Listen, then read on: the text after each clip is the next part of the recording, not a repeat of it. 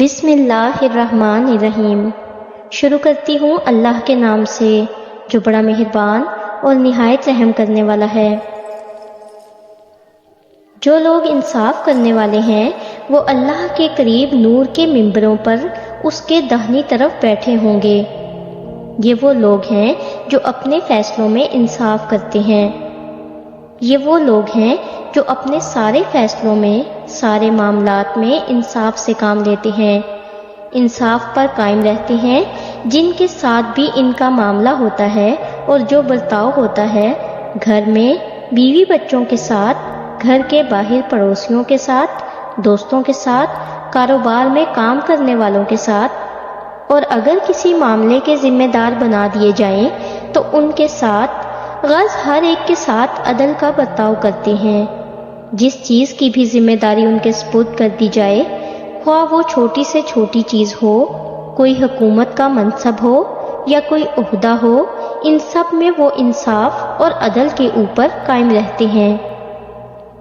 ان کا اجر یہ ہے کہ اللہ ان کو اپنی داہنی طرف نور کی مسجدوں کے ممبروں پر بٹھا دیتا ہے۔ عدل کرنے والوں کو عزت و احترام کے ساتھ اپنے داہنی طرف نور کے ممبروں پر جگہ دیتا ہے۔ داہنے ہاتھ پر بٹھانا ایک عزت کا مقام ہے۔ بادشاہوں کے درباروں میں معزز لوگوں کو جن کا احترام مقصود ہوتا ہے، جن کے بارے میں بادشاہ سب کے سامنے یہ ظاہر کرنا چاہے کہ ہم نے اس کو سب سے زیادہ معزز کیا ہے، ان کو اپنی داہنی طرف بٹھاتے تھے۔ یہ صرف بادشاہوں کے درباروں کا ہی اصول نہیں بلکہ پرانے زمانوں میں انسانی معاشروں میں داہنی طرف جگہ دینا عزت کا مقام دینا اور عزت و اکرام کی نشانی تھی، جو بادشاہ اور بزرگ اپنے چھوٹوں سے کیا کرتے تھے۔ داہنی طرف بٹھانے سے یہ مطلب ہے کہ اللہ تعالیٰ ان سے عزت اور احترام کا معاملہ فرمائے گا۔ اللہ تعالیٰ اپنے پاس جگہ دے گا، اپنے قریب کرے گا، عزت و اکرام کرائے گا، اچھی اونچی مسندوں پر جگہ دے گا۔ وہ مسندیں نور اور روشنی کی مسندیں ہوں گی۔ یہ اجر ہے مقسطین کے لیے جو اللہ تعالیٰ عدل کرنے والوں کو دے گا۔ اللہ تعالیٰ خود عدل و انصاف پر قائم ہے۔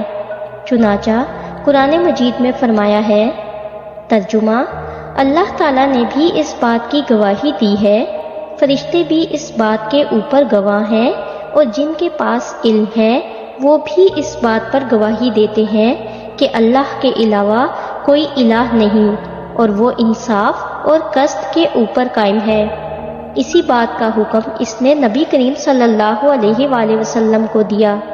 چنانچہ آپ صلی اللہ علیہ وآلہ وسلم نے فرمایا، میرے رب نے انصاف اور قسط کا حکم دیا ہے، مجھے اس بات کا حکم دیا گیا ہے کہ میں تمہارے درمیان عدل اور انصاف سے کام لوں۔ جو معاملہ، جو مناصب اس کے سپرد کر دیے جائیں، جو امانتیں اس کو دی جائیں، وہ ان سب کے حوالے سے عدل و انصاف پر قائم رہتا ہے۔ اللہ تعالیٰ نے جو ہدایت دی ہے، جو کتاب اتاری ہے، اس میں خود ہی فرمایا ہے کہ ہم نے کتاب بھی اتاری ہے اور میزان بھی اتاری ہے۔ ہم نے اپنے رسولوں کو صاف صاف نشانیوں اور ہدایات کے ساتھ بھیجا اور ان کے ساتھ کتاب اور میزان نازل کی تاکہ لوگ انصاف پر قائم ہوں۔ میزان ترازو کو کہتے ہیں۔ ترازو دنیا بھر میں عدل و انصاف کی نشانی کے طور پر تسلیم کی جاتی ہے، اور قرآن مجید میں ہر چیز میں عدل و انصاف پر قائم رہنے کے ضمن میں ناپ تول کا ذکر جگہ جگہ کیا گیا ہے۔ دراصل یہ دو چیزیں ہیں، اللہ تعالیٰ نے جو کتاب اتاری ہے، انبیاء پر جو احکام اتارے ہیں، وہ خود ہی ایک میزان ہے۔ عقائد میں، اعمال میں، ہر چیز میں ٹھیک طریقہ کیا ہے، یہ تک متعین ہے کہ بات چیت میں کیا بات کہنا ٹھیک ہے۔ اسی لیے فرمایا کہ یہ ہم نے اس لیے کیا، اپنے رسول اس لیے بھیجے، ہدایت اس لیے دی، کتاب اس لیے نازل فرمائی، اور میزان اس لیے اتاری تاکہ لوگ انصاف پر قائم رہیں۔ گویا سارے انبیاء کے آنے کا مقصد، ہدایت کے آنے کا مقصد، کتاب کے آنے کا مقصد یہ ٹھہرا کہ لوگ انصاف پر قائم رہیں اور انصاف پر قائم رہنے کو ایک فرض قرار دیا۔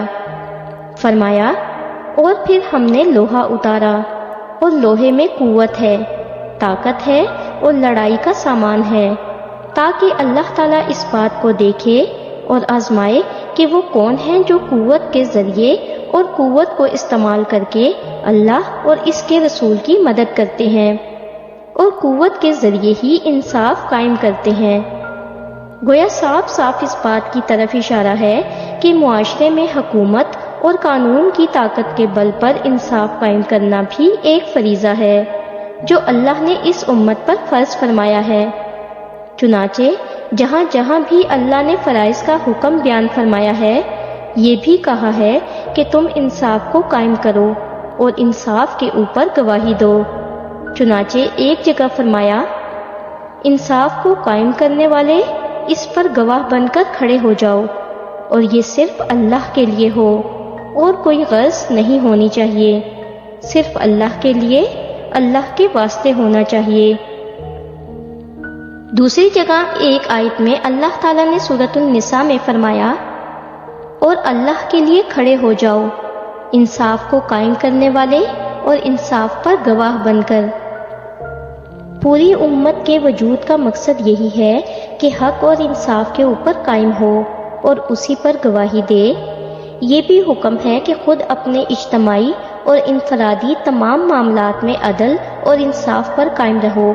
یہ دونوں آیتیں جو تھوڑے سے اختلاف کے ساتھ سورۃ النساء اور سورۃ المائدہ میں آئی ہیں، اس بات کو ظاہر کرتی ہیں کہ یہ کام اللہ کی طرف سے سپرد کر دیا گیا ہے، اس کو صرف اللہ کے لیے انجام دینا چاہیے۔ کام یہ ہے کہ مسلمان جہاں بھی ہوں اپنے قول میں، فعل میں، معاملات میں عدل و انصاف قائم رکھیں اور اس کی گواہی دیں۔ امت کا فرض ہے کہ انصاف پر قائم رہے، انصاف کی بات کرے اور انصاف کا عمل کرے۔ انصاف کے اوپر قائم رہنے اور انصاف کی بات کرنے کی ضرورت خود تم پر پڑتی ہو، تب بھی تمہیں انصاف پر قائم رہنا ہے۔ والدین ہوں، قرابت دار ہوں، قبیلے والے ہوں، برادری والے ہوں، قوم کے لوگ ہوں، جس سے بھی معاملہ پڑے، امیر ہو یا غریب، بے اثر ہو یا دولت مند، تمہارا فرض ہے کہ اللہ کے واسطے انصاف ہی کی بات کہو اور انصاف پر قائم رہو۔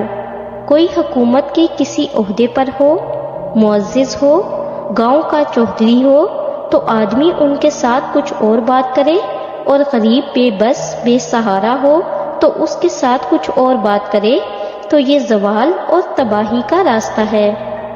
دونوں طرح کے معاملات میں حق پر قائم رہنا اور انصاف کی بات کرنا ہے۔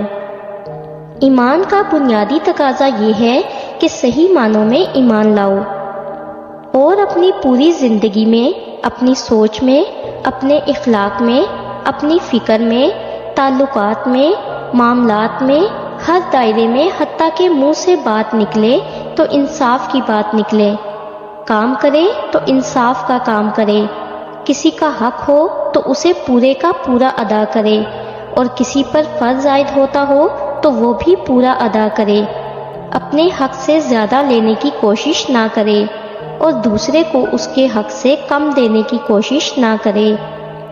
اگر آپ کو ہماری ویڈیوز اچھی لگتی ہیں اور آپ نے ابھی تک ہمارا چینل سبسکرائب نہیں کیا تو برائے مہربانی چینل کو سبسکرائب کر دیں اور ویڈیو کو لائک کر دیں۔